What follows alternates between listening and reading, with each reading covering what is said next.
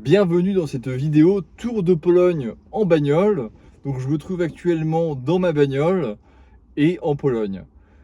Donc j'ai pas mal roulé cet été, enfin en ce début d'été.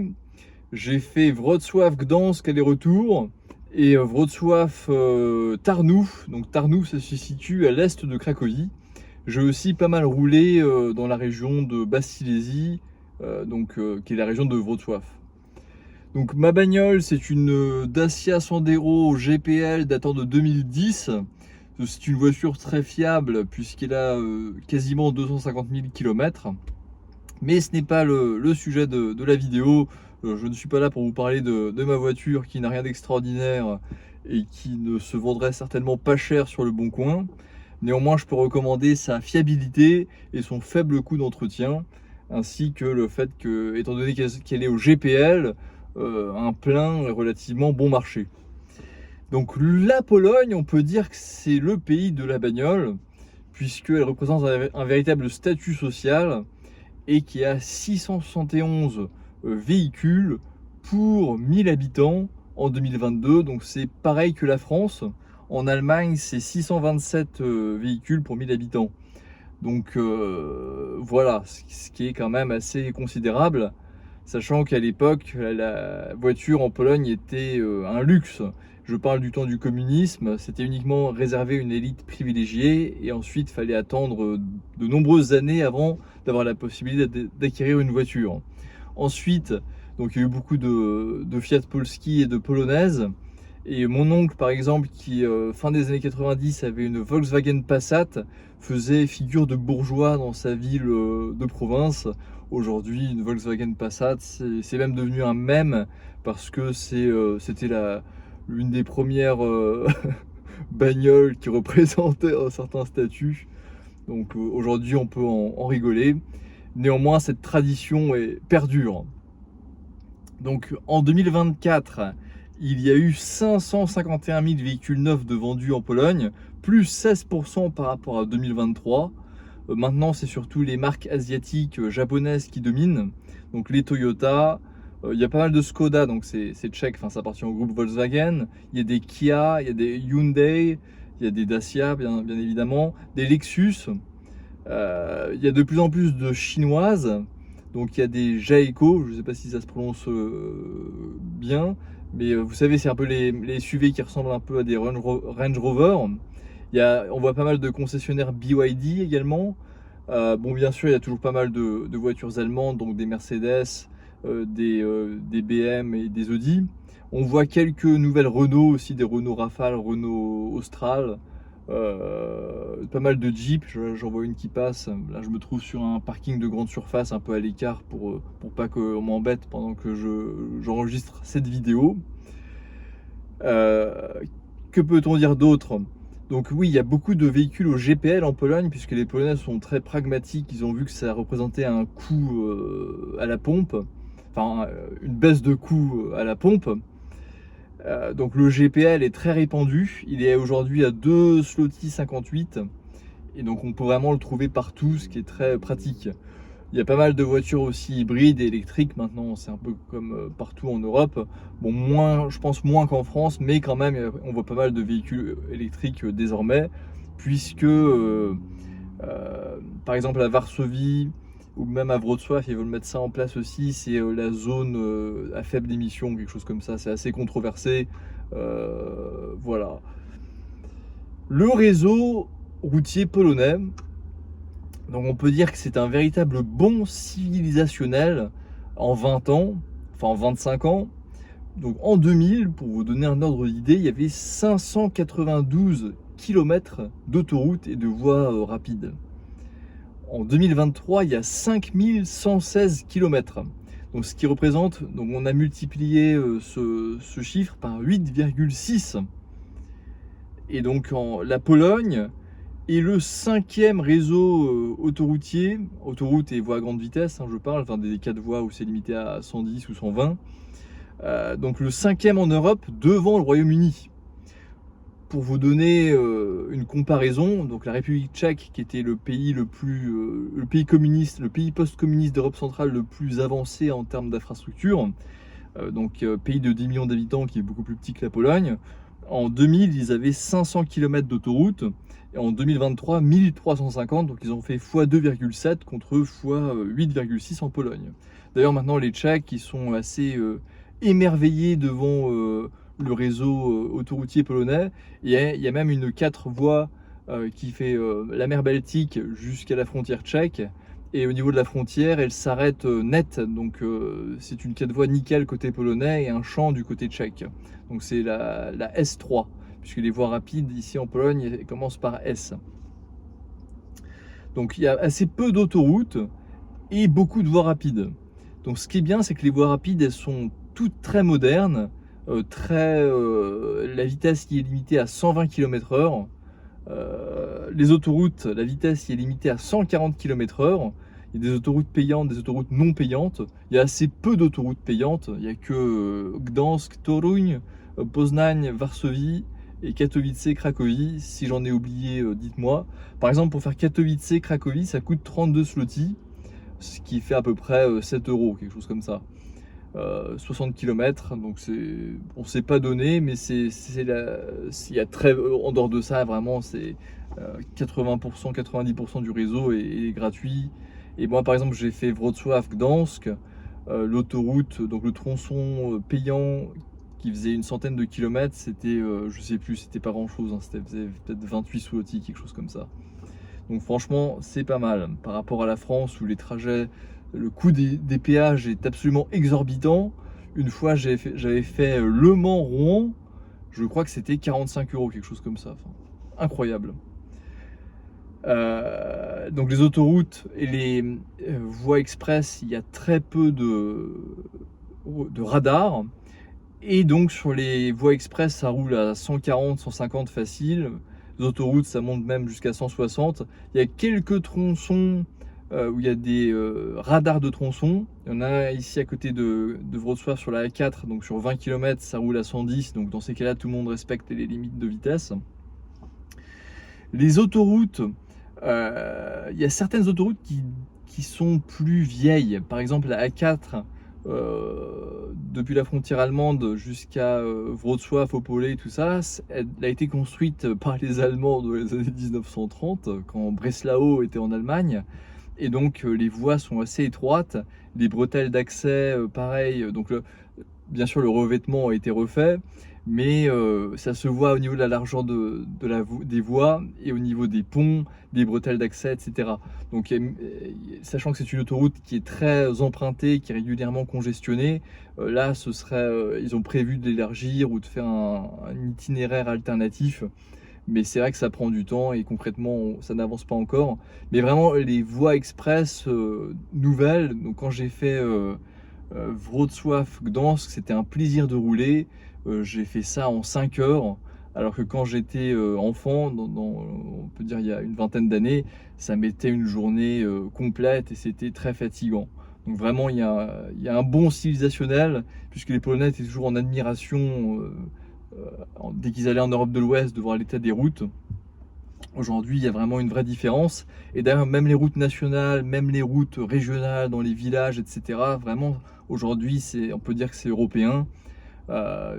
Tant au niveau marquage au sol que revêtement. Il y a juste tout ce qui est limitation de vitesse, parfois c'est pas très clair, on ne sait pas tellement à quelle vitesse il faut rouler.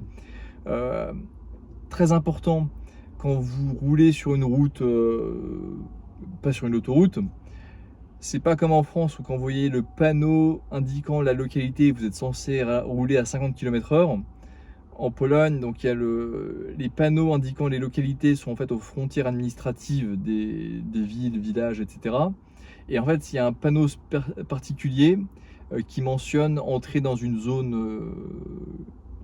comment dire, construite, dans une zone habitée, où là, dans ce cas-là, vous devez, c'est à partir de ce panneau-là, qui représente un village, où vous devez rouler à la vitesse donc, de 50 km/h.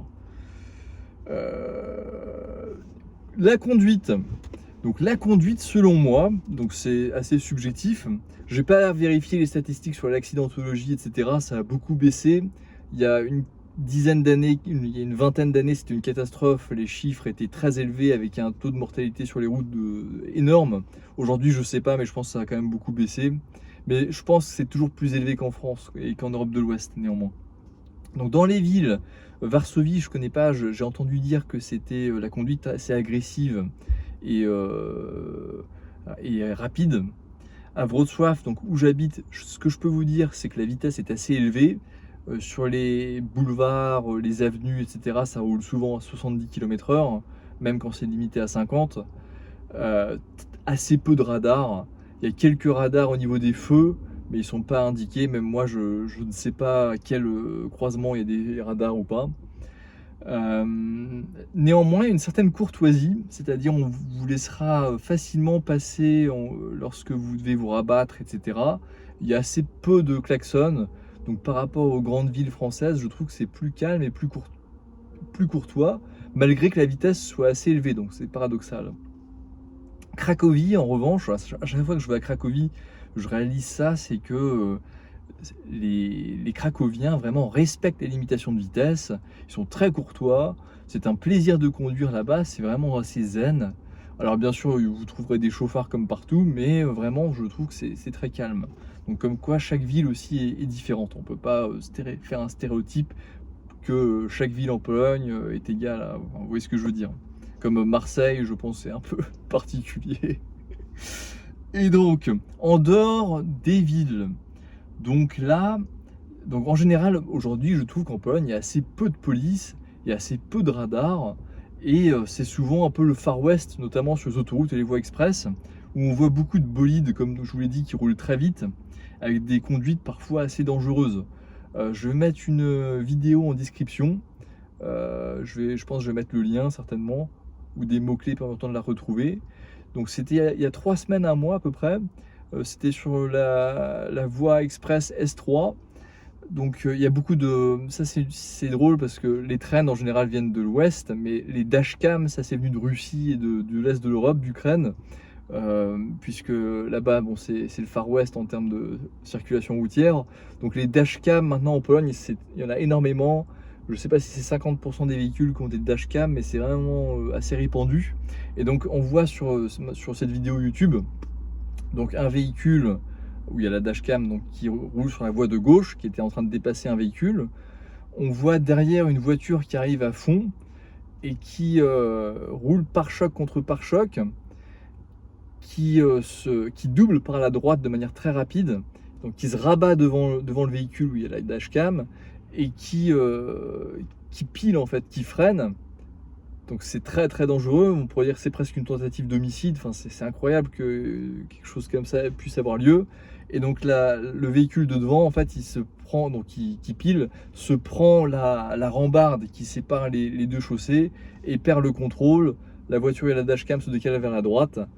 Et en fait, il s'avère que donc, le chauffard qui a, qui a fait ça, c'était le président de la région Lubuskie, donc Zielona Góra. Donc le président de cette région, il est du parti de Donald Tusk. Il a eu pas mal enfin pas de la Légion d'honneur, mais il a eu pas mal de médailles, etc. pour son engagement dans la société. On voit des vidéos sur YouTube où devant les médias locaux, il exprimait qu'il était en faveur d'actions pour la prévention de la sécurité routière, que les statistiques s'amélioraient, etc. Donc c'est assez drôle, c'est assez tragique néanmoins quand on voit le comportement des élites, et ça fait, pour le coup, ça fait vraiment Europe de l'Est. C'est vraiment pas terrible. Et le pire, enfin, les deux chauffeurs sont sortis sains et saufs. C'est presque un miracle quand on voit la vidéo. Et donc forcément, il a perdu son permis de conduire, et il a nié en disant que c'était pas quelque chose qu'il avait fait exprès. Enfin bref, vous voyez ce que je veux dire. Et donc ça, c'est vraiment une pratique assez fréquente. Il y a beaucoup de bolides. Donc les Polonais, vraiment, ils adorent les voitures. Ça se voit en fait quand je reviens en France, je vois directement que les voitures sont souvent assez sales, les gens n'ont pas grand chose à faire, elles sont même souvent assez endommagées. En Pologne, vraiment, les voitures, elles sont nickel, elles sont bien entretenues, maintenant le parc automobile est assez récent, du moins dans les grandes villes. Et sur les autoroutes, vraiment, vous voyez beaucoup de Mercedes classe G. Alors une Mercedes classe G, ça coûte 672 000 zloty, donc plus cher que, que mon appartement. Et donc vraiment, il y a beaucoup de, de Mercedes classe GLS, je sais plus comment ça s'appelle exactement, GLE. Je suis pas un fan de motorisation, mais bon, je prête un peu attention quand même. Pas mal de SUV, des grosses BM X5, etc. Euh, Pas mal aussi, oui, donc comme je disais au début de vidéo, des Ford Ranger, etc. Donc souvent ces véhicules-là, en fait, ils roulent pare-choc contre pare-choc sur l'autoroute, ils vous font des appels de phare pour clairement vous faire comprendre que dégage, rabat-toi, il faut que je passe, malgré le fait que je roule à 140, voire ouais, 140, souvent je roule, et bien vraiment je ressens cette pression toxique, ouais, vraiment faut le dire, c'est vraiment l'idée que voilà, moi j'ai ma bagnole, je roule et toi tu dégages. Donc vraiment, c'est un peu un Far West sur les autoroutes et je le déplore.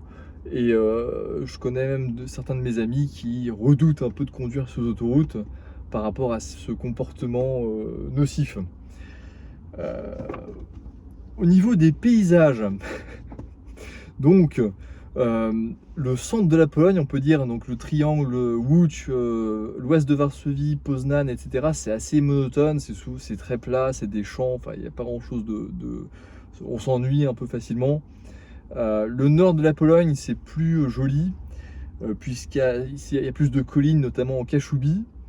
Il y a beaucoup de forêts, c'est très très vert. Il y a beaucoup de lacs, donc c'est très agréable. Beaucoup de forêts de pins. Le sud, c'est surtout tout ce qui est les montagnes ou les collines, donc les Sudètes, les Carpates. Même entre Varsovie et Cracovie, c'est un peu vallonné aussi. Donc ce qui est beau en fait, surtout en Pologne, c'est les 4 saisons sont très marquées. L'été, c'est verdoyant, il y a beaucoup de coquelicots, de fleurs partout. C'est très coloré. L'automne est absolument magnifique, surtout dans les montagnes, les Sudètes, les Carpates, c'est absolument splendide. C'est vraiment un très très bel automne. On a souvent d'ailleurs un été indien qui dure. L'hiver, malheureusement, on a moins en moins de neige. Ça, c'est flagrant, surtout quand je compare par rapport à mon enfance, il y a beaucoup beaucoup moins de neige. Donc peut-être plus dans le nord, dans le nord-est, vers la Lituanie, ou dans les montagnes, pareil, vous verrez plus de neige. Euh, les villages, on voit aussi qu'il y a vraiment un développement. Ils sont bien entretenus, assez propres. Ils sont pas toujours très beaux. Il y a souvent par contre de belles églises, surtout quand vous allez vers l'est. Donc l'ouest, il faut savoir que ce fut allemand, donc c'est souvent des constructions assez massives.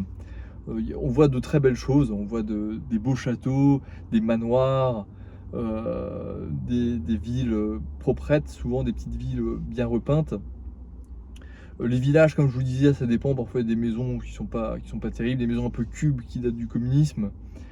Mais vraiment, on voit que c'est quand même de mieux en mieux entretenu. Les trottoirs sont nickel, les routes ont bien été refaites, notamment avec les fonds européens. Donc ça fait plus en fait Europe de l'Est avec des routes déglinguées, des maisons pareil déglinguées. C'est vraiment quelque chose qui disparaît. Notamment, donc, quand j'ai traversé la Pologne, je reviens à Wrocław et je trouve que c'est à Wrocław où les routes sont les plus déglinguées et les maisons, pareil, enfin les immeubles, pareil, il y en a certains qui n'ont pas encore été rénovés. Donc Wrocław, paradoxalement, fait pas mal déglinguer par rapport au reste de la Pologne. Attendez, qu'est-ce que je me suis noté d'autre? Oui, donc beaucoup de forêts. Le printemps, c'est pareil, c'est magnifique. Donc dites-moi en commentaire si vous avez roulé en Pologne, quel est votre avis sur